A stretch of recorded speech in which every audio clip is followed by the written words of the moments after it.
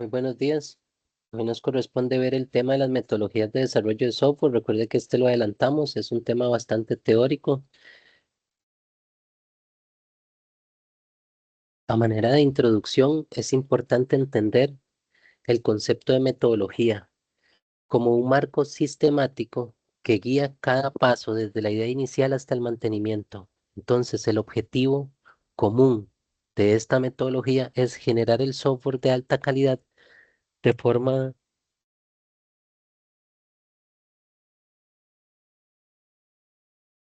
perdón, generar software de alta calidad reduciendo la incertidumbre y los costos. Vamos a ver que hay modelos clásicos como el cascada, el incremental o el espiral, con enfoques iterativos modernos también, como por ejemplo RUP y algunas metodologías ágiles, cada una con sus ventajas y sus desventajas. Vamos a ver cómo se establecen las diferentes fases, los roles y los artefactos o documentos que se utilizan en cada una de las etapas de estas metodologías. Recuerden que siempre en las clases yo les explico que no existe una solución única. La idea es que ustedes conozcan la mayoría de todas las metodologías que nosotros tenemos para que puedan identificar según la necesidad específica cuál metodología es mejor.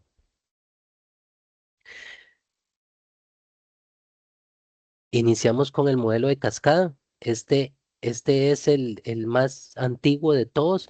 Lo que propone es un ciclo lineal donde sus etapas siempre son las mismas: levantamiento de requerimientos, etapa de diseño, implantación, verificación y mantenimiento. Entonces, vamos a ver que siempre este tipo de metodologías marca claramente un principio y un alcance para tener una fecha propuesta de finalización. La fortaleza radica en la disciplina y la trazabilidad, pero esta rigidez también resulta poco flexible cuando los requisitos cambian. Aquí yo les he contado que en muchas ocasiones hemos tenido cambios de ley donde hay que hacer mejoras en los sistemas y cosas que no se tenían pensado antes. Entonces estos proyectos regulatorios o cambios de infraestructura o contratos fijos pueden llegar a generar bastantes dificultades cuando se habla del tema de un modelo de cascada tradicional.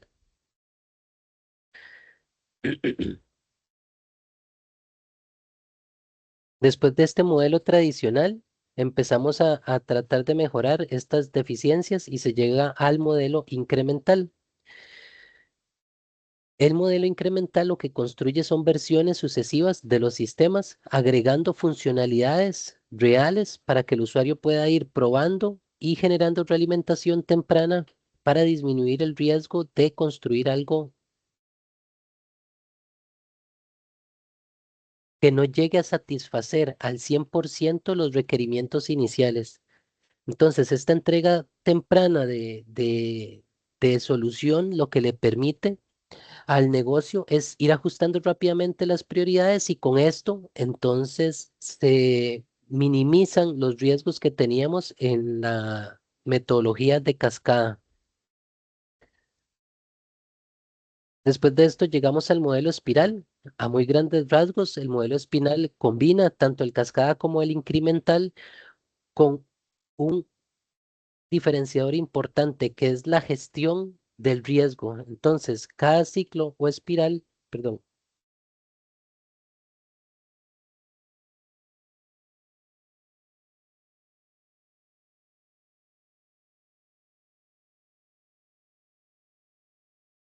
cada ciclo o espiral cuenta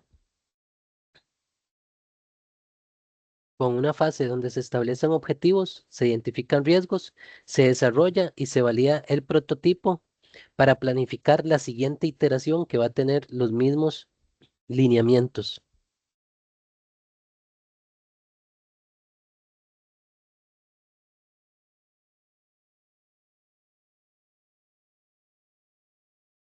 Entonces, entre las grandes ventajas que tiene este tipo de metodología es que es ideal para proyectos muy grandes que tienen una alta incertidumbre tecnológica o de requerimientos. Cuando los requerimientos no están muy claros, uno puede aprovechar este tipo de metodología que brinda herramientas que nos permiten adaptarnos de forma continua y y tener un enfoque preventivo ante los posibles cambios que pueden llegar, ya sean por normativas, por nueva adquisición o por contratos que dejan de quedar vigentes. ¿Cuáles son sus desventajas? Bueno, tiene mayor complejidad de gestión y evidentemente es más cara.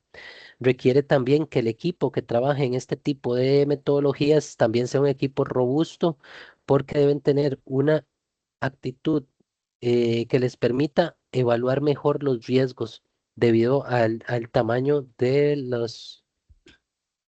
la complejidad con la que se está trabajando este tipo de metodologías. Y luego llegamos al desarrollo basado en componentes. El desarrollo basado en componentes mm, se utiliza específicamente cuando la prioridad es reutilizar el código. El desarrollo basado en componentes lo que propone es ensamblar un sistema a partir de bloques preexistentes bien definidos y este proceso itera en ciclos de búsqueda, evaluación, composición, integración, reduciendo el esfuerzo de la parte de codificar, pero trasladando el reto a la gestión de dependencias y licencias. Entonces, resulta muy eficaz para cortar plazos, pero tiene que existir un repositorio confiable de los componentes con pruebas de integración exhaustivas, porque un pequeño cambio en un componente que se utiliza en muchas funcionalidades puede generar un impacto muy grande en caso de que se vaya sin revisar algún tipo de incidente.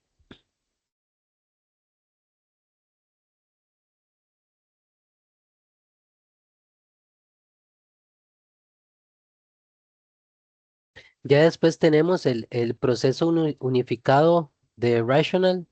Esto de forma muy general, yo me atrevo a decir que es como lo que estuvo antes de las metodologías ágiles.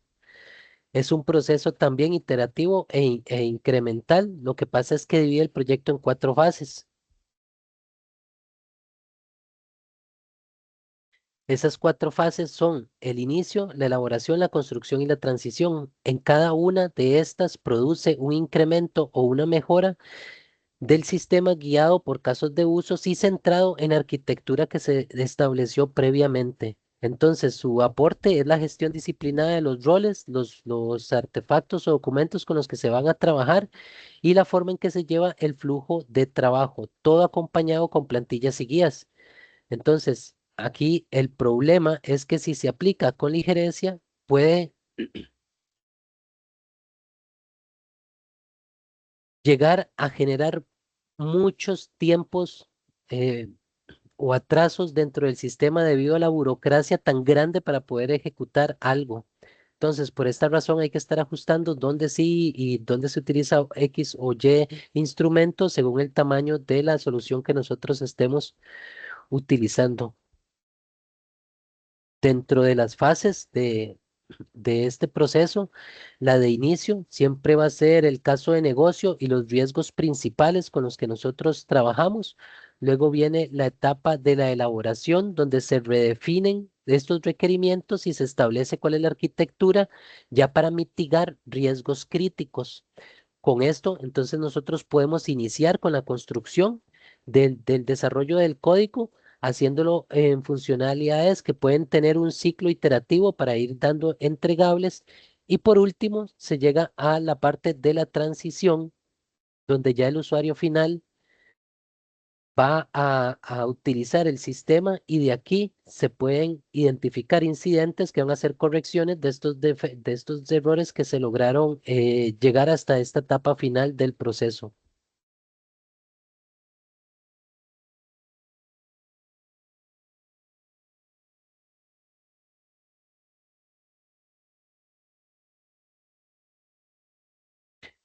Al final, con esta metodología me permite a mí establecer en un cronograma como hitos o puntos importantes donde yo voy a hacer entregas y con este control por hitos, entonces se evitan elevar los costos en la ejecución del proyecto final. Por eso, mucho de lo que nosotros mencionamos en esta metodología de RUP es que es como el precesor de las metodologías ágiles como tal.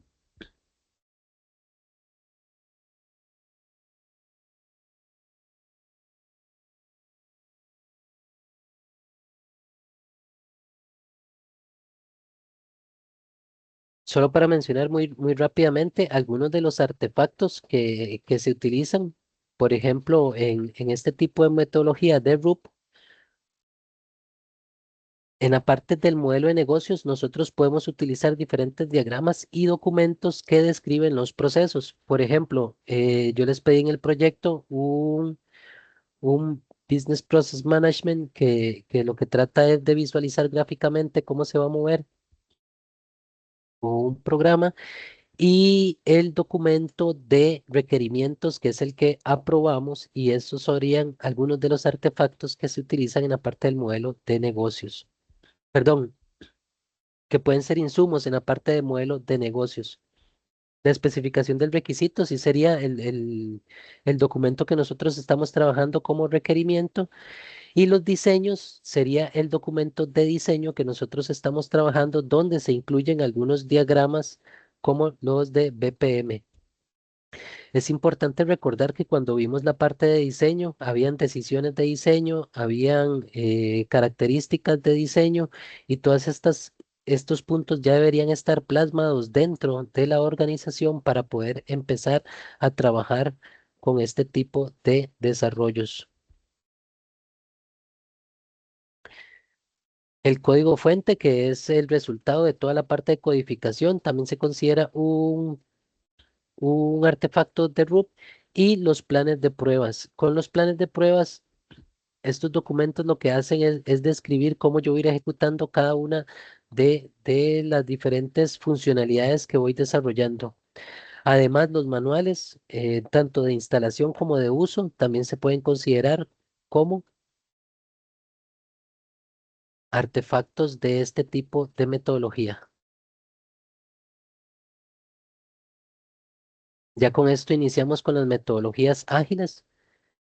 Las metodologías ágiles surgen como respuesta de la rigidez de esos procesos que nosotros ejecutábamos antes de cascada, que eran procesos muy pesados y muy lentos y la persona solo veía el resultado en el final del proceso. Entonces a veces tenían que pasar un periodo de tiempo muy largo sin tener resultados. Entonces al final las metodologías ágiles, la esencia de ellas es hacer entregas frecuentes de software funcional y además tiene una colaboración estrecha con el usuario para ir adaptando cambios de forma continua, en lugar de tener que esperar esos largos periodos de tiempo para que el usuario se lleve la sorpresa de que le están entregando algo que no era lo que él esperaba. Una característica importante también es que las metodologías ágiles generalmente cuentan con equipos maduros que son autoorganizados y son como de las ventajas con las que cuentan este tipo de metodologías. Hay varias metodologías ágiles. Dos de las principales es el Stream Programming. El Stream Programming se enfoca en la ingeniería y la calidad del código. Sus prácticas principales incluyen la programación en pareja o el desarrollo guiado por pruebas e integración continua. Estas son como las características que tiene la programación en la programación, el Stream Programming. Cuando se habla ya de programar en parejas, yo siento a dos personas en la misma computadora que ellos comiencen a trabajar. Generalmente uno codifica, el otro va revisando. Y el desarrollo guiado por pruebas lo que me permite a mí es ir probando la funcionalidad de lo que el cliente espera recibir. Entonces, esto me mitiga el problema de que yo entregue algo que no cumple la expectativa del cliente. El objetivo es encontrar realimentación de la forma más oportuna que sea, no tener que esperar semanas o meses. Cada iteración puede variar entre 1 o 2 semanas, generalmente puede ser que tal vez algún equipo de trabajo trabaje con una ventana de tiempo más grande, pero esto no es un requisito indispensable. El proceso inicia con la planificación de historias de usuario y continúa con un diseño simple y codificación testeada que se va probando hasta llegar al cierre y revisión de los entregables. Al finalizar, hay también un proceso de retrospección donde se evalúa todo y con esto entonces nosotros esperamos que se obtenga un resultado con un código limpio que vaya evolucionando y que los defectos sean detectados en etapas tempranas del desarrollo del software.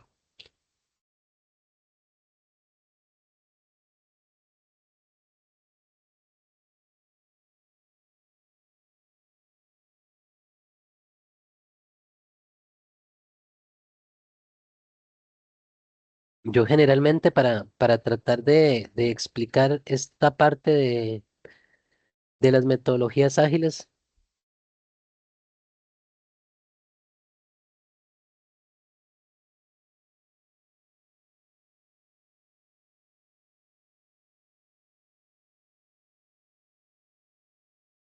uso un ejemplo que ahora vamos a tratar de retomarlo.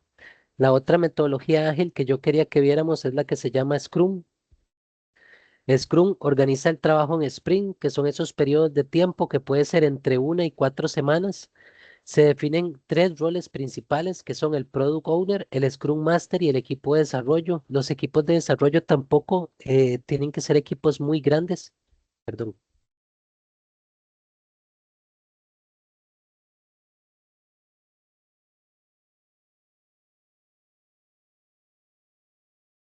Y cada sprint arranca con una planificación.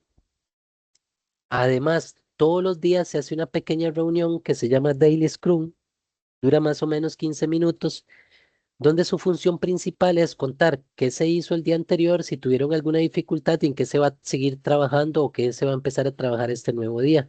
Al final, entonces, esto permite que los equipos se sincronicen y cuando un sprint termina, se hace un proceso de revisión y de retrospectiva también para analizar qué es lo que está pasando dentro de los instrumentos o interfaz o artefactos principales que nosotros tenemos en la metodología de Scrum.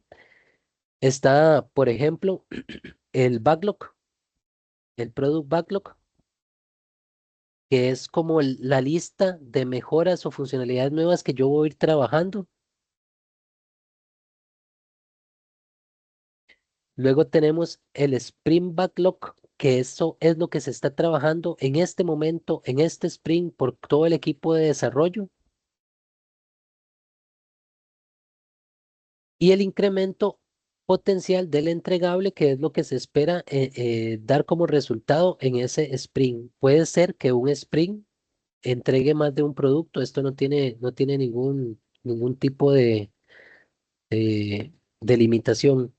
Una de las características indispensables que vale la pena aclarar es que Scrum no dicta una metodología específica, sino que se centra más en la gestión y la transparencia del progreso del proyecto que se está ejecutando. Entonces, por ejemplo, cuando se comienzan a definir los entregables o las tareas del Product Backlog, generalmente los equipos de desarrollo se reúnen para hacer estimaciones y usan algunas técnicas para tratar de balancear la capacidad que tienen las personas para desarrollar. Eso significa que aunque yo en el equipo tenga personas que son muy buenas desarrollando, no voy a ajustar a todo el equipo con los tiempos que duran esas personas porque de ahí evidentemente es menor al de otras personas que tal vez tienen otras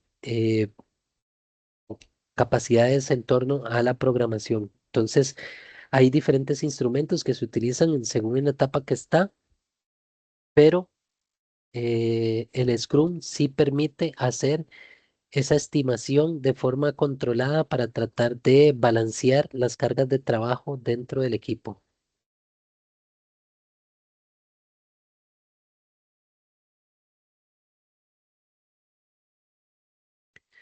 Bueno, a muy grandes rasgos, ya comparando ambas metodologías de desarrollo que son ágiles, ellos comparten el foco de la agilidad como tal. Lo que pasa es que Extreme Programming profundiza en técnicas para asegurar que el código salga con extrema calidad, mientras que Scrum se enfoca más como en la gestión del proyecto y en equipos autoorganizados. Entonces, en la vida real, que es parte de lo que yo he tratado de comentarles, lo que algunas organizaciones hacen es que tropicalizan o adaptan las fortalezas de cada una dentro de su propio proceso de ingeniería de software para obtener lo mejor de ambos mundos. Entonces, yo les he contado que en ocasiones anteriores hemos hecho dinámicas donde el grupo se divide en dos y unos tienen que defender las metodologías ágiles y otro las metodologías tradicionales y se hacen debates muy interesantes, en este caso comparando tanto las metodologías ágiles con las metodologías tradicionales. Quiero que se queden con la idea de que se puede manejar en la misma línea, o sea, no es un requisito indispensable casarme con un tipo de metodología específico. Yo puedo, como les mencionaba, agarrar lo mejor de cada una de ellas y aprovecharlas dentro de mis entregables.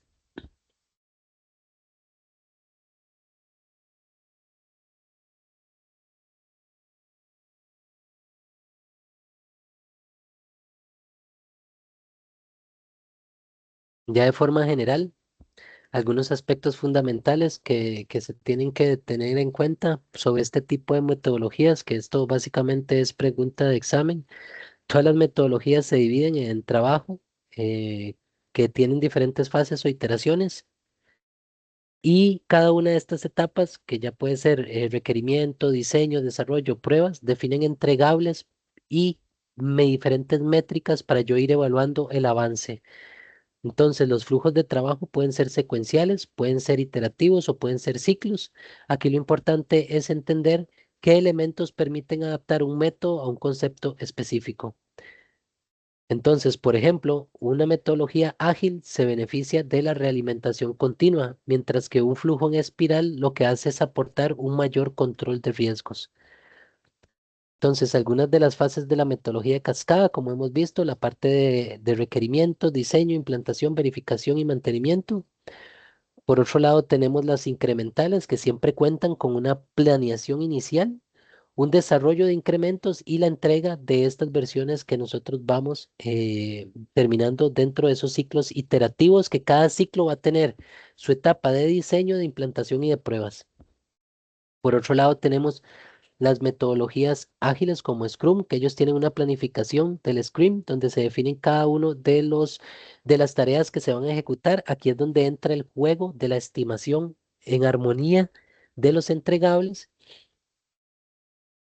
Luego llega la ejecución del sprint, que es ese periodo que va desde una semana hasta cuatro. Después se muestra a los product owners la presentación del de las funcionalidades terminadas o las mejoras implantadas, y se hace una evaluación de todo lo que ayudó o dificultó la ejecución de ese sprint para tomar medidas, ya sea para mejorar o para prever que se vuelvan a dar este tipo de problemas.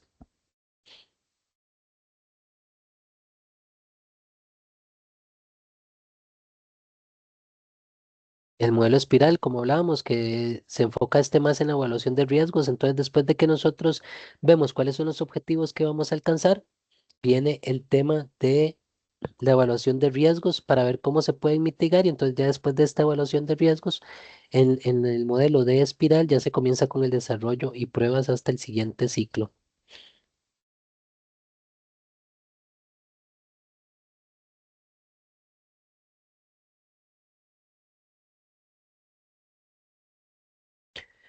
Estas son preguntas de examen.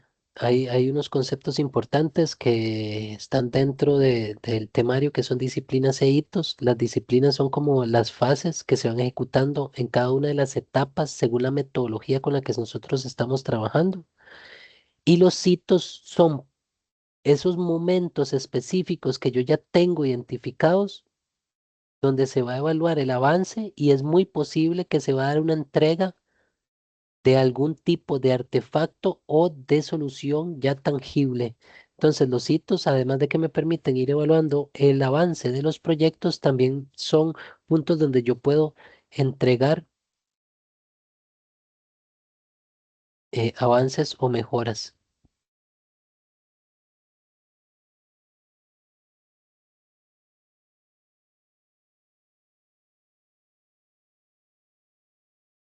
Ya con los artefactos, estos documentos o entregables son evidencia tangible del avance que se tiene en un proyecto. Entonces ahí entran los análisis de requerimientos, los diagramas, el código, los planes de prueba. Aquí es importante decir que un buen proceso establece productos de entrada, o sea, lo que se necesita para iniciar y la salida, o sea, lo que va a quedar como resultado al final de eso, de este proceso. Con esto se asegura que nada que sea estrictamente necesario se omita. Entonces, esta claridad es clave para hacer auditorías, para hacer mantenimientos y para hacer transferencia de conocimientos. Por eso la parte de los artefactos es tan relevante dentro de la ejecución de la ingeniería de software. Ya para ir terminando el tema de los roles, dependen, la forma en que se nombren, depende de según la metodología que nosotros estemos utilizando. Entonces, según las responsabilidades, yo puedo tener roles de analista, de diseñador, de tester, de product owner, de scrum master. Aquí importante lo que yo siempre les comento, si ustedes logran entrar a una empresa que es bastante madura y tiene bastante alcance, es muy probable que la mayoría de los casos nosotros lleguemos a tener que cada persona cumple un único rol. Pero si la empresa o la institución tiene recursos limitados y está empezando, por decirlo así, es muy probable que una persona tenga más de un rol. Entonces es muy común encontrar que un analista también diseña, ya ese se lo pasa al de desarrollo, que también hace pruebas a veces. Entonces los roles sí pueden estar más de uno en una persona, o puede ser que si tengan suerte, cada rol sea ejecutado solo por una persona de forma específica.